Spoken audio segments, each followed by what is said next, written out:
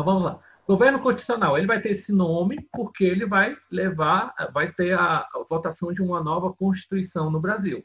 Em maio de 33, então, é convocada essa Assembleia Constituinte, né, que vai ser promulgada só um ano depois, porque as constituições demoram mesmo a serem votadas. Inclusive, a nossa atual do Brasil, nossa atual Constituição é do ano de 1988, né? Só que a Assembleia Constituinte eleita para votar nossa atual Constituição foi eleita em 1985, para vocês terem ideia.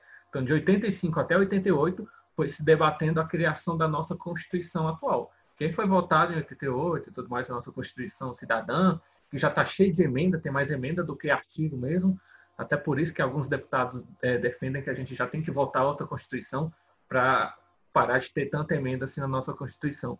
Coisa que é da história do Brasil, né? Só por curiosidade, os Estados Unidos eles têm a mesma Constituição até hoje. A mesma Constituição que George Washington, Thomas Jefferson, que essa galerinha, os pais fundadores dos Estados Unidos lá votaram, é a mesma Constituição até hoje. O Brasil... Thiago, oi? E quando muda a Constituição, tipo, é uma mudança muito grande ou é, tipo, coisa boba, às vezes? Depende do sistema político. Por exemplo, quando a gente está falando de uma república democrática, às vezes não muda muita coisa. Mas, por exemplo, em 64 nós tivemos uma outra Constituição, a Constituição dos militares do Exército. Aí teve uma mudança drástica, porque foi fechado o Congresso, foi cessada as liberdades civis, instituiu a censura. Eu estou adiantando conteúdo, a gente vai debater tudo isso ainda esse ano, mas enfim, só adiantando para vocês. Quando temos uma Constituição do Exército, é uma Constituição mais autoritária, é um regime militar, né? Mas dentro de um sistema político democrático, geralmente as mudanças são sutis, são coisas simples que são mudadas. Às vezes é a forma de administração de um país. Por exemplo, o sistema político do Brasil ele não é igual ao dos Estados Unidos. Alguém sabe me diferenciar? O que é diferente do Brasil e dos Estados Unidos no sistema político? O governo central está presente em todas as decisões finais. Como? E outra? Pode repetir, por favor? O governo central está presente em todas as decisões finais e precisa estar presente em todas. Aí os Estados Unidos, a independência estadual e regional é maior. Isso mesmo. A autonomia da União, vamos dizer assim, né? A União no Brasil, que é o governo, o presidente, né? Manda em tudo, manda em todos os estados também, né? É o poder executivo, o chefe do poder executivo. Nos Estados Unidos não é bem assim. Nós temos a figura do presidente, o Donald Trump, né? É chefe do poder executivo lá, só que cada estado ele tem uma própria autonomia política, né? Isso faz parte da história dos Estados Unidos. Os Estados Unidos foram fundados por 13 colônias. Essas 13 colônias depois foram acrescidas, crescendo. Hoje são 50 e poucos estados nos Estados Unidos, mas cada estado ele é autônomo, ele tem uma certa independência. Então, as regras, leis próprias dentro do estado. Por isso que acontece muito nos filmes hollywoodianos, né? O cara comete um crime, corre para cruzar a fronteira, porque naquele estado ele pode ser condenado à morte. Mas no estado vizinho ele não tem a condenação à morte. Então ele tenta fugir dessa condenação.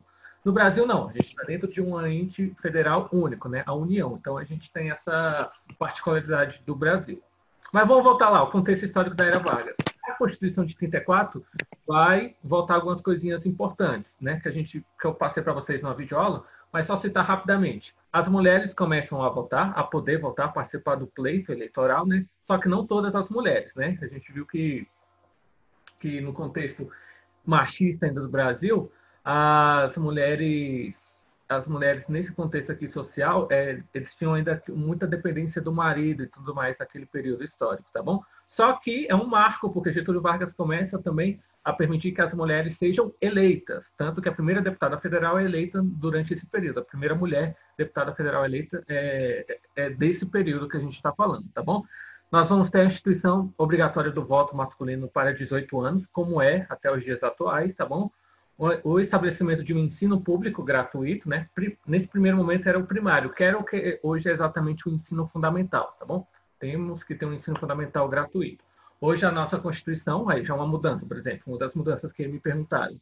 Hoje a nossa Constituição fala que o ensino público gratuito tem que ser até o ensino médio também. Não sei se vocês sabem, mas o ensino superior, ele não é obrigatório no Brasil, tá bom? É obrigatório o ensino médio, até o ensino médio. A oferta do ensino superior ainda é facultativa, pois que vai ter alguns estados, como o Distrito Federal, que eles não vão ter as universidades estaduais. Aqui no DF a gente só tem uma universidade pública, que é a UNB, e ela é federal. Quem cuida dela é a União, é o governo, é a presidência. Nós não temos uma universidade distrital, por exemplo, uma universidade estadual. Goiás, nós já temos. Nós temos a UFG e a UFG. Então, a gente já tem uma mudança aí no nosso sistema, no nosso sistema educacional, vamos dizer assim, dentro do nosso país. Então, o que é importante dizer para vocês é que a Constituição 34, ela vai estabelecer umas regras democráticas para o governo de Getúlio Vargas. Ele governaria o Brasil por 5 anos, naquele período, por 5 anos, e aí teríamos uma nova eleição para substituir Getúlio Vargas. Essa era a ideia. Então, Getúlio Vargas tinha data para sair. Porque em 38 deveria se ter uma nova eleição, onde seria eleito um novo presidente. Em 38 mesmo, nós já teríamos um novo presidente governando o Brasil, o que não vai acontecer. Vai aplicar-se um golpe político no Brasil, e aí vai permanecer Getúlio Vargas no poder. Alguém quer fazer uma pergunta?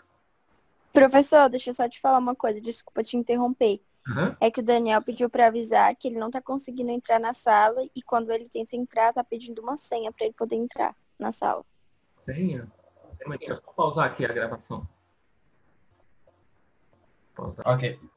Então, continuando, aqui nós temos só para vocês terem ideia, a Carlota Pereira de Queiroz, essa mulher aqui ao centro, ela foi a primeira deputada federal eleita no Brasil. Hoje tem uma ala lá no Congresso que leva até o nome dela por ser esse marco político importante no Brasil, tá? Lembrando, galera, que o machismo, vou dizer assim, machismo não, né? A predominância masculina no Congresso é algo político que vem até os dias atuais. 2020, as mulheres ainda não ocupam nem a metade do nosso Congresso. Então, a paridade de gênero no Congresso é algo importante porque, querendo ou não, os deputados, como eles que criam as leis no Brasil, os senadores, eles acabam criando leis que beneficiam geralmente ali o meio que você vive, o meio político, né? Então, às vezes, são homens que vêm das empresas, homens que vêm das fazendas, então eles vão criar leis que beneficiam as empresas, que beneficia as fazendas e tudo mais, o sistema público de ensino, quem vem da educação, quem vem da saúde. Então, às vezes, a importância de se ter uma mulher é também pela criação de leis que beneficiem também as mulheres, né, a classe feminina no Brasil, nesse sentido. Então, por isso que a gente sempre batalha bastante por uma paridade melhor dentro do nosso Congresso Nacional. Tá bom? Mas não vem a caso, esse é papo de uma outra aula. Bom, a radicalização política no Brasil. Nesse período, no Brasil, nós não temos ainda um sistema pluripartidário, que vai ser algo da década de 80, né? Por isso que hoje em dia nós temos PT, PSDB e mais trocentos partidos políticos no Brasil. Naquele período era muito dualidade, né, no Brasil, no sistema político. Por exemplo, aqui na década de 30 nós temos a fundação de um partido, assim, de um grupo político de direita e de um grupo político de esquerda. Da ala direita nós temos a Ação Integralista Brasileira, a AIB, que conversava bastante, né, com aquelas ideias fascistas do nazismo, do fascismo que nós tínhamos na Europa. Como esquerda, aqui, dialogando um pouco com os comunistas, socialistas, nós temos a Aliança Nacional Libertadora, a ANL. Então, esses dois grupos são fundados no Brasil para defenderem pontos de vista divergentes no Brasil. O Brasil sempre foi muito, vamos dizer assim, de dualidade nesse sistema político, né? O que é direita, o que é esquerda nesse sentido. Então, só para a gente entender esse contexto histórico, que a AIB no Brasil, a Ação Integralista Brasileira, surge no contexto do surgimento dos regimes autoritários. Então, vocês podem ver, por exemplo, aqui, numa marcha, né, num desfile da Ação Integralista Brasileira, que eles vão marchar parecendo aqueles soldados do nazismo, né, de Hitler, né, que a gente vai ver melhor quando estiver vendo a Segunda Guerra Mundial. A saudação, por exemplo, das pessoas eram bem parecidas com a saudação que as pessoas faziam a Hitler, né, ao Führer, né, e tudo mais. Então, era assim, a gente é tupiniquim, é brasileiro e tudo mais, mas quer dialogar com umas ideias da Europa, porque, querendo ou não, muita coisa que existe na Europa chega e influencia a nossa formação cultural no Brasil, né? Na década de 20 mesmo, nós tivemos a Semana de Arte Moderna no Brasil, e a Semana de Arte Moderna foi essa tentativa de ruptura cultural do Brasil com a Europa, né? Então, nesse sentido, a Ação Integralista Brasileira vai ter uma participação intelectual bastante importante no governo de Vargas, porque é com eles que Vargas vai conversar para continuar no poder durante o Estado Novo. E aí vai ter um caráter autoritário o governo de Vargas. Tem muita gente que confunde, porque Getúlio Vargas cria muitos direitos trabalhistas, que tudo mais, que tem uma preocupação com os trabalhadores, acham que Getúlio Vargas foi um governo foi um presidente de esquerda. E não, Getúlio Vargas foi um presidente de direita, né? Só que ele tinha um caráter populista. O que é ser populista? É você criar leis, regras que beneficiem e que vai, vamos dizer assim, que vai chamar a atenção de um público maior, principalmente das pessoas mais carentes, das pessoas mais pobres dentro de uma população. Você ser populista é ser popular, então é você conversar com o povo, estar no meio do povo, criar leis para o povo. Então essa é a tentativa de governar o Brasil. Vários presidentes de ideias intelectuais diferentes foram populistas no Brasil. Getúlio Vargas é um deles, Juscelino Kubitschek, que a gente vai estudar, Luiz Inácio Lula da Silva. O Bolsonaro, neste momento, também é um presidente populista, querendo ou não. Por mais que ele seja de direita e tudo mais, mas ele está no meio do povo, ele tem aquele cercadinho ali no Palácio do Planalto, que ele recebe o povo para conversar, gosta de tomar um cafezinho. São essas malandragens, vamos dizer assim, de um presidente populista. Um presidente que não é populista é aquele presidente que é mais reservado, que fica mais na presidência, no palácio, governando, sem muita comunicação com o povo. Aí geralmente tem um representante do presidente que fica entre meio o povo para fazer essa tabela, tá bom? Então esse é o contexto histórico. E aí essa radicalização política no Brasil entre a AIB e a ANL vai se intensificar ainda mais. E é dessa radicalização que nós vamos ter uma ruptura política no Brasil. Em qual sentido, professor? As coisas vão se abrandar bastante, assim, vão se fortificar, na verdade, politicamente tão grande no Brasil, que a gente vai ter que começar a ter uma rixa entre esses dois grupos políticos, né? De um lado, a ANL, que vai começar a tentar defender as ideias mais democráticas e sociais para o Brasil. Aos poucos, começava a se ver no Brasil uma tendência autoritária para governar o Brasil. Então, cessar direitos políticos, principalmente quando se dá a participação, por exemplo, como se dá a participação política dentro desse contexto histórico do... Estou tentando encontrar uma palavra que vai exemplificar bastante. Bom, a ANL começa a lutar bastante pelos direitos políticos, sociais, principalmente de esquerda, né? Por muito tempo, o Partido Comunista do Brasil, o Partido Social, ele vai ser fechado, né? Vai ser proibido, vai falar que não existe no Brasil, juntamente, tentando sempre manter bloqueadas essas ideias no Brasil. O principal líder da ANL, durante muito tempo, vai ser Luiz Carlos Prestes, que é uma figura política no Brasil muito importante, porque ele foi o principal defensor do comunismo no Brasil, e por causa disso ele vai ser muito criticado, condenado dentro do contexto político da década de 80 no Brasil, principalmente pela figura de Getúlio Vargas, né? Que vai, como a gente vai finalizar hoje, mas eu já expliquei para vocês anteriormente, ele vai prender a mulher de Carlos Prestes, mandar para a Alemanha e tudo mais. Luiz Carlos Prestes, com a ANL, vai tentar emplacar um governo comunista no Brasil, que a gente chama de intentona comunista, tá bom?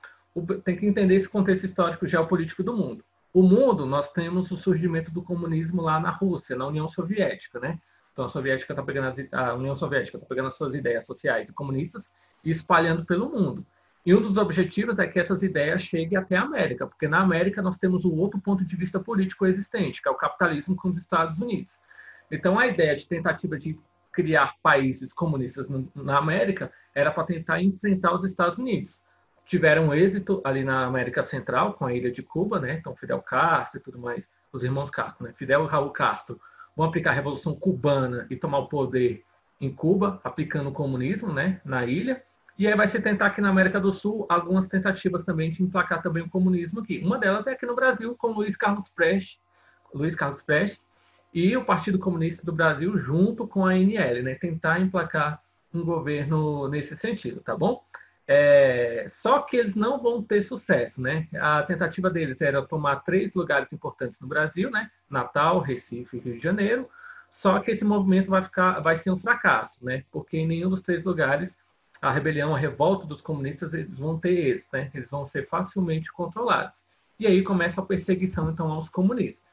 E Getúlio Vargas vai pegar a intentona comunista e vai usar como desculpa para fortificar as suas ideias políticas no Brasil, tá bom? Por qual motivo? Porque ele já começava a ver que os comunistas tentavam, né, tomar o poder no Brasil, só que não tinham êxito. E ele vai usar isso como desculpa para continuar no poder, né? Bom, reprimindo a intentona comunista, Getúlio Vargas meio que vai se vingar de Júlio Prestes, né? Ele vai prender a sua esposa, a alemã, Olga Benário, né, que estava grávida de Júlio Prestes, né, vai prender aqui no Brasil, vai enviar para a Alemanha, né, e quem é que governava a Alemanha? Hitler, Adolf Hitler, né, Adolf Hitler, com essa ideia de arianização da população, né, ou seja, você prender e exterminar judeus, homossexuais, poloneses, a galera que não era uma raça ariana, ou seja, que não eram alemães legítimos. Então, todo estrangeiro cigano que fosse de outra religião, que não católico, né, acabava sendo preso e mandado para os campos de concentração, né, de trabalho, que eles chamavam campos de trabalho, mas eram campos de extermínio, que você prendia e nas câmaras de gás você acabava matando as pessoas. A gente vai ver na Segunda Guerra Mundial mais ou menos o que foi mais o Holocausto, e aí eu vou debater melhor com vocês isso, tá bom? Mas só para saber, ele prende a Olga, manda para a Alemanha, ela vai acabar morrendo lá numa câmara de gás, só que lá vai nascer a sua filha, né? Anita Leocádia Prestes, né? Que vai retornar para o Brasil depois de uma campanha política da avó, a mãe de Júlio Prestes, né? Vai voltar para o Brasil para ser cuidado pela família do pai. Hoje, a Anita Leocádia Prestes é uma colega minha, né? Historiadora, professora de história, só que ela é professora universitária, né? Acho que é na Federal do Rio Grande do Sul. E especialista, é claro, né, na história dos seus pais, né? Porque são personagens políticos históricos importantes dentro do nosso contexto nacional, tá bom? Bom, o que vai acontecer, galera? Antes de finalizar, nós temos o final do governo constitucional é com a intentona comunista, né? A tentativa dos comunistas de assumirem o governo do Brasil, que vão falhar, vão ser facilmente reprimidos dentro do contexto histórico do Brasil. Só que Getúlio Vargas vai aproveitar-se disso para criar uma fake news lá em 37, né? Ele vai criar o Plano Cohen, que ele vai dizer que os comunistas tinham iam tentar novamente assumir o governo do Brasil. Por isso ele precisava sitiar o Brasil. O que é sitiar? Você vai fechar o Brasil politicamente e ele vai concentrar os poderes em suas mãos. Por isso que a gente vai começar a ditadura varguista, o Estado Novo, que é o assunto da nossa aula de sexta-feira. Tá bom?